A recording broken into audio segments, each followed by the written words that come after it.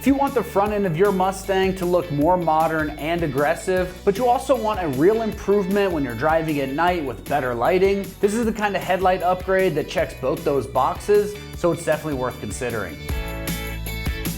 One of the biggest features here is going to be the quality projector headlight layout. Projectors do a better job of giving you a focused light where you actually need it. So you get a cleaner and more controlled beam instead of light scattering everywhere like a reflector light. That's going to translate to better visibility on dark roads and more confident feel when you're driving in low light conditions. On top of that, you are getting the integrated LED light bar daytime running lights, which give the Mustang a newer and high-end look during the day, and it makes the car more noticeable when you're out there in traffic and when you're pulling up in the parking lot. And the cool part about those light bars is they also pull double duty with the sequential turn signal function, so your turn signal is easier for other drivers to see, and it has that premium modern lighting vibe without looking cheesy. Now, when it comes to the style, these black housings and clear lenses give you a tough and cleaned up front end.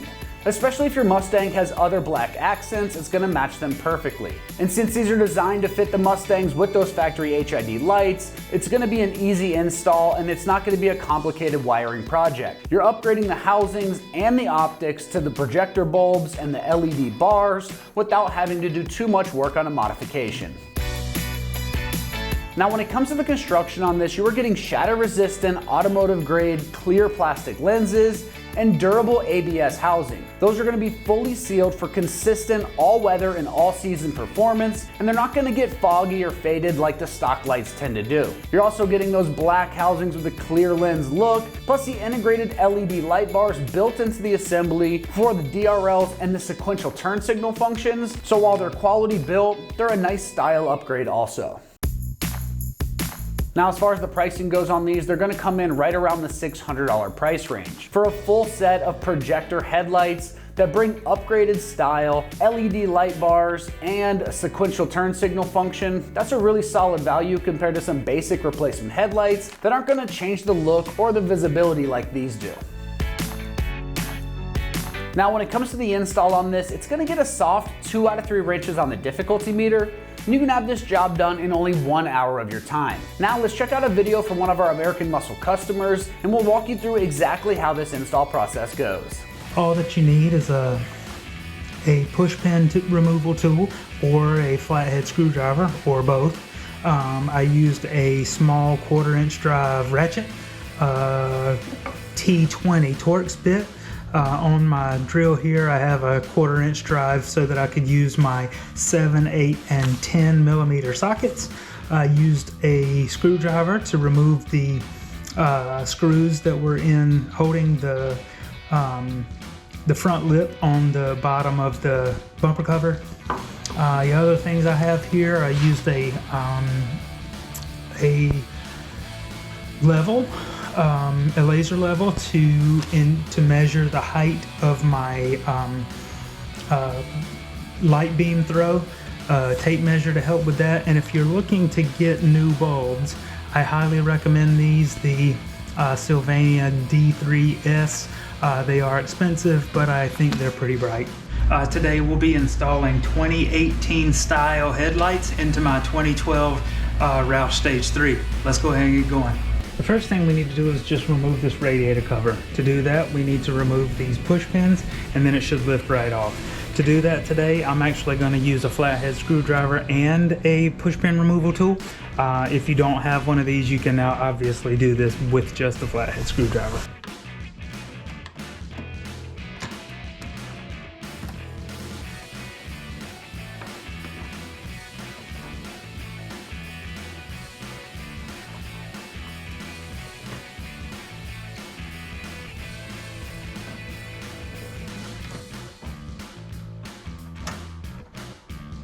With each of those removed, this should just pull straight off.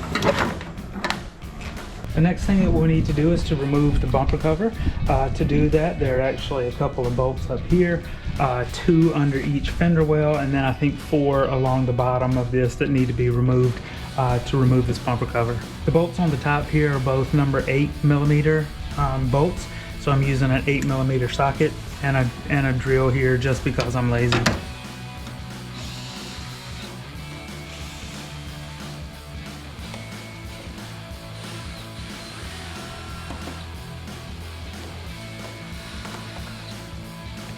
Do the same thing on the other side. This time I have a small ratchet with my 7mm socket just to make these a little easier to get to.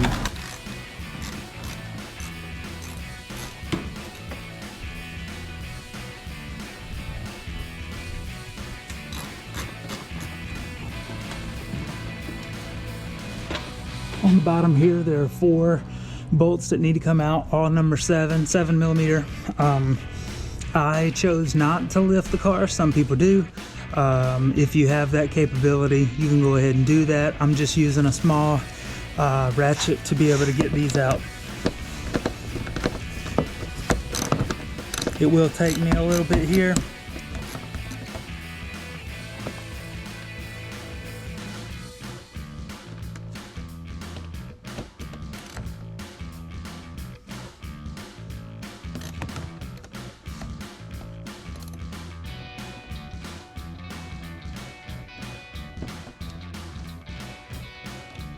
Two down, 2 to go.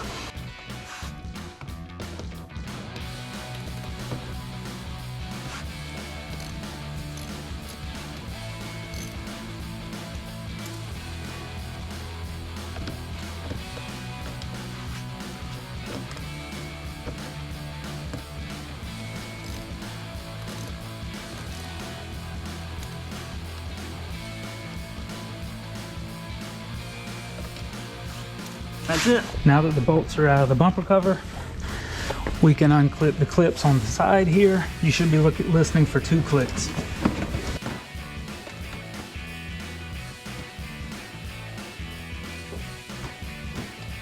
Do the same on the other side. There are a couple of tabs here that you need to lift and move the bumper cover over. And then we should be able to remove it from the vehicle.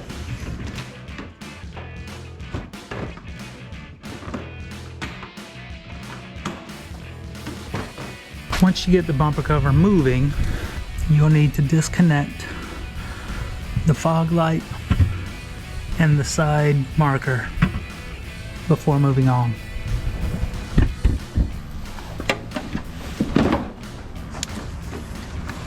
I had some trouble getting the bumper cover off. I realized that Roush actually put an extra screw, couple of screws actually here and down here a little. They use that to keep the front lip secured to the car. So you'll need a small screwdriver, and if you're doing that on the ground, it is a pain.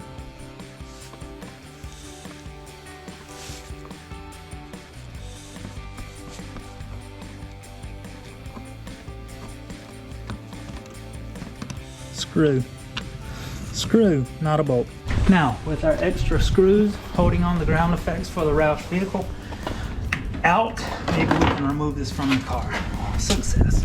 Once the bumper cover's removed and out of the way, there are 3 bolts to get the headlights out. One here, one underneath, and one out to the side. They are 10mm bolts, so I'm using a 10mm socket.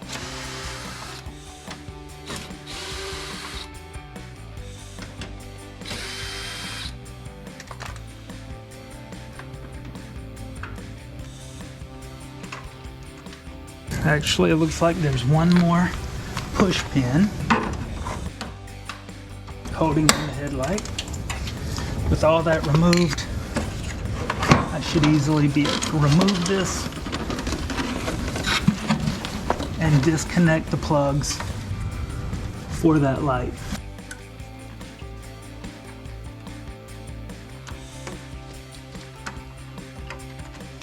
Obviously, you'll need to repeat that process on the opposite side.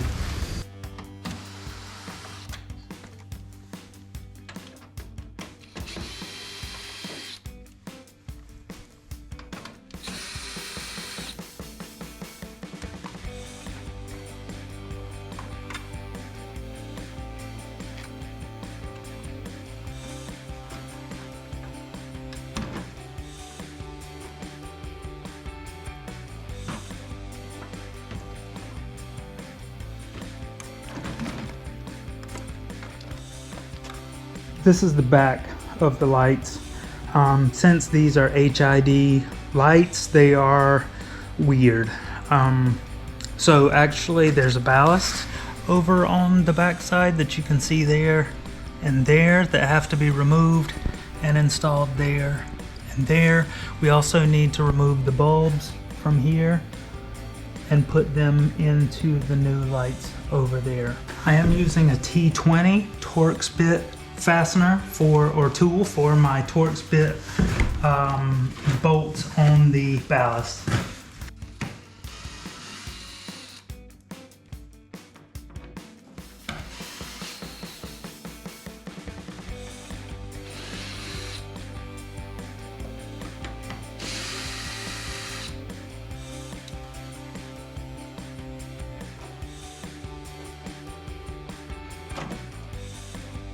Once the ballast is off, you can disconnect. You may need a flathead screwdriver to disconnect the plugs on the back side. This plug actually is going to stay in place. This one goes to the bulb.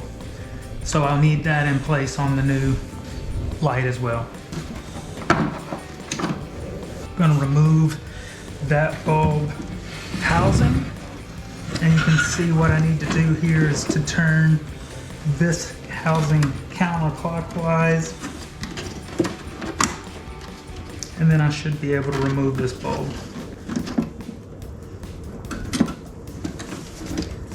With the bulb out, I can disconnect and remove the ballast line to the bulb. Just like that. We're gonna put all that back together on the new light. So with a little patience, you can fish the line that goes to the bulb into the new headlight and over into the compartment where the bulb goes. Here. That takes a little patience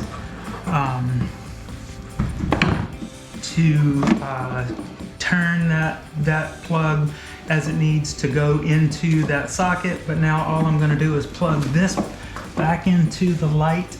So I'm working here to get this cable that goes from the ballast to the bulb. I'm working to route it down the same path where it was on the old bulb. So this takes a little patience, and looking into the bulb slot to try and get that cable routed up and into the bulb area. You can see there that the end of the bulb cord is in the bulb housing now. Now I'm going to put the new bulb in. I will say that you need to be very careful not to touch these with your hands. I read that on some forums that the old bulb seemed a little dim in this light, so I went ahead and picked up some new D3S HID headlights. They are very expensive, so I'm going to do the best I can not to mess these up. With the new bulb here, I'm going to do the best I can not to touch this. I've put on some nitrile gloves to keep any oils from my skin off of this bulb, but my attempt here to get all this plugged in, I'm going to try to install the bulb and then plug in the cable. I may need to plug in the cable and then install the bulb. It depends on how challenging this turns out to be.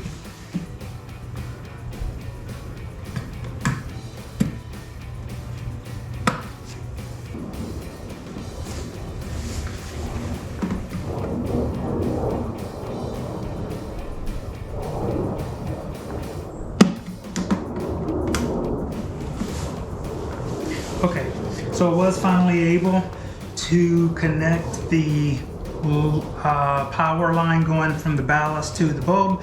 I was able to put the bulb in first and then connect the cable. Just again, takes a little patience. Now that I'm finished inside, I'm going to reinstall the rubber boot to keep it nice and dry.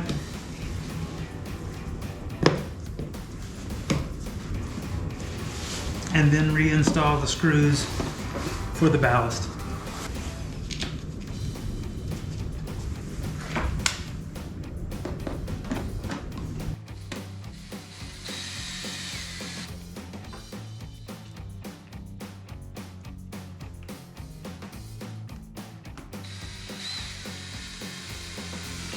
If I didn't say before, these are Torx bit. I'm using a T20 Torx bit tool.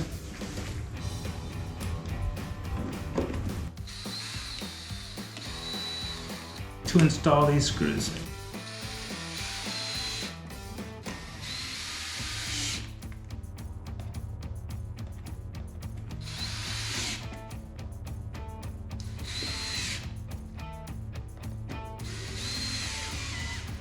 Now we've got this light together with 2 plugs that will plug into the car once it's installed. Now that everything's reconnected, we're just gonna put these back in the car and see if we can't get them aimed. Okay, back out here at the car, I'm gonna do the passenger side first because it was a little challenging to get those plugs plugged in, but I will get these in and then chat some more. Starting here on the passenger side, I just need to plug in the light and then install it onto the car with the 3 bolts that we removed earlier.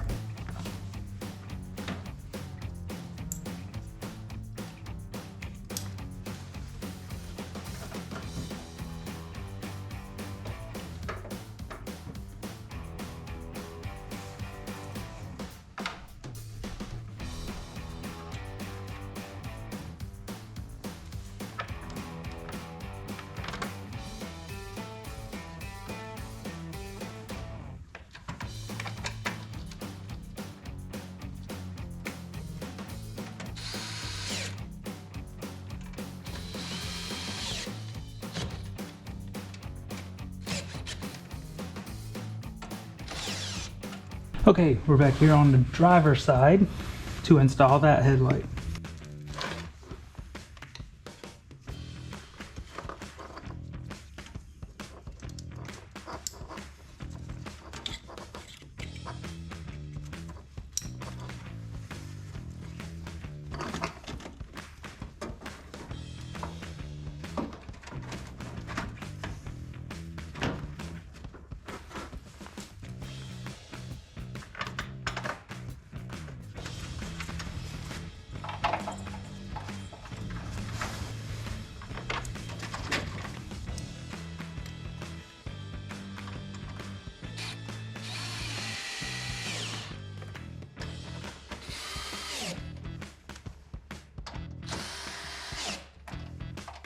All right, now I'm gonna just tighten those with a wrench and we'll make sure they all work. With the lights correctly installed, now it's time to wrestle this bumper cover back in place.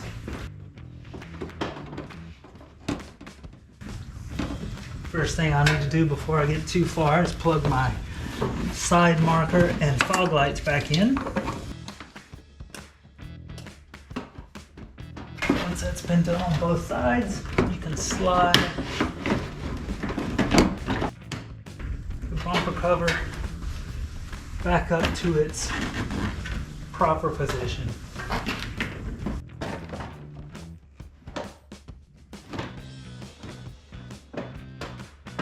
Again, with the bump cover, it just takes a little patience to get these wheel wells positioned correctly on the inner fender wells. But once that's all snapped in place, we can put the bolts back in. After you get the bumper cover back on, you can just use your 7mm socket to put the bolts underneath and back in place, as well as the ones in the fender well.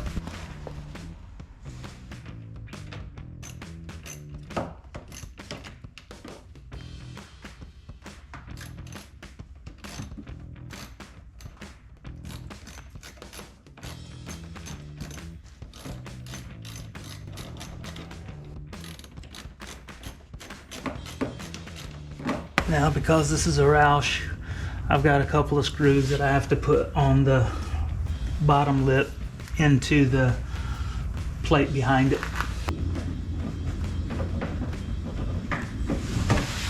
Now I'm just going to use my 8mm socket to put the bolts back in the top.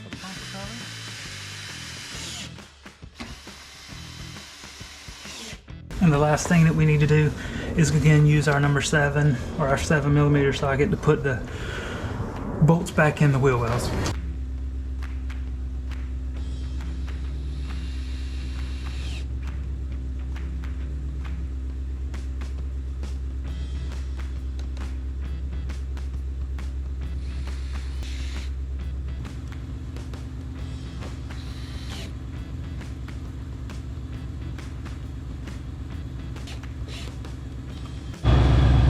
last but not least, we just need to put the radiator cover back on and fasten it with the push pin.